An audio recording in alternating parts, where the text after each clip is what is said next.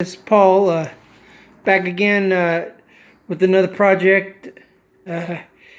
Here, after I fixed, me and my friend fixed the porch issue that I had with the rotten post. Here, I guess in the same day, I have another issue that I have to fix, resanding my table. I've done it 2 times before. It's got about a 1/4 inch slats of wood.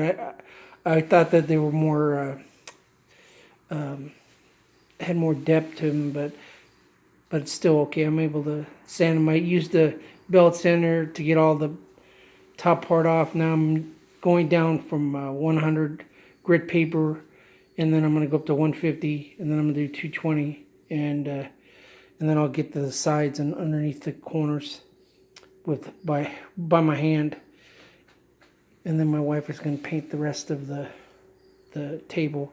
I had to do it inside because it's too big to bring outside. So as you can see, I put plastic on, keeping most of the dust inside of this one room so I can clean it up. But if anybody ever gets a table, I've had this table probably 12 years. I got it at Ashley's, and I wanted to make sure that the table was at least mostly wood or solid wood. I would believe it's solid wood, most of it. It was like $1,000 then, probably a hell of a lot more now. The chairs are in good condition. I had a couple fixed, put struts on them. That was a problem with particular kind of chairs, that you have 2 bolts that screw inside with dowels holding it on the corners.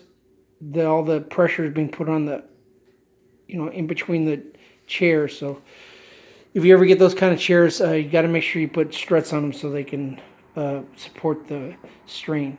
But the table is pretty good. I'm getting down, after I did the 80 or 60 belt sander, it brazed up a lot of the grain. Now I'm using the 100 and I'm bringing most of it down, like over here. I'm bringing most of it down to get it smooth, and then the 100, it'll take off most of this, so it'll be smooth, and then the 220 will finish it off, as I've done in the past.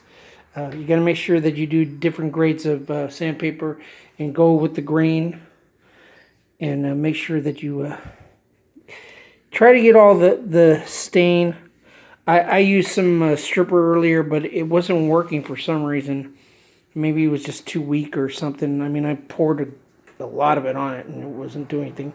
Either that I didn't spray enough of the spray polyacrylic on it.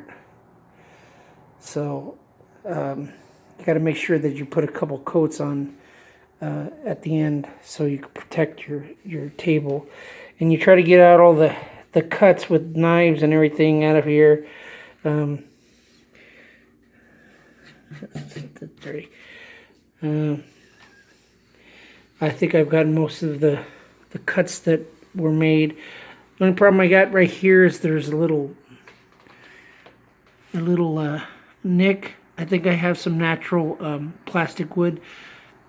I'm thinking of putting it in there, and well, can't do much about it, but I don't want to leave it like that. I think this is about natural wood or maple.